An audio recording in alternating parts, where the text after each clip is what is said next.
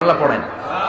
আবার কাবার 4টা কর্নার আছে, একটা কর্নারের ভেতরে একটা পাথর আছে, এটাকে বলে ব্ল্যাক স্টোন কর্নার, হাজরে আসওয়াদের পাথর। এই পাথরে যেই চুমো দেয়, পাথর ওই চুমোদানকারীর জীবনের সব গুনাহ টেনে শুষে সব নিয়ে যায়। কিয়ামতের দিন আল্লাহ হাজরে আসওয়াদের 2টা ঠোঁট দিবেন, 2টা চোখ দিবেন, আর দাঁড় করিয়ে দিবেন। আল্লাহর সামনে দাঁড়িয়ে দাঁড়িয়ে হাজরে আসওয়াদ সুপারিশ করবে। আল্লাহর কাছে বলবে, আল্লাহ এই লোকটা আমারে চুমু দিয়েছে, তার জন্য জাহান্নামের আগুন হারাম করে দাও।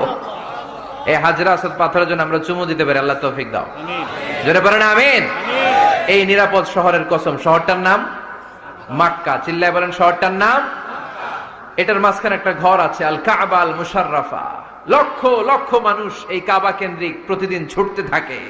আল্লাহ বলেছেন এটা মাসাবাতান লিন্নাস, মানুষের মিলন কেন্দ্র। লক্ষ লক্ষ মানুষ এই কাবাকে ঘিরে নামাজ পড়ে। প্রতিটা জুমার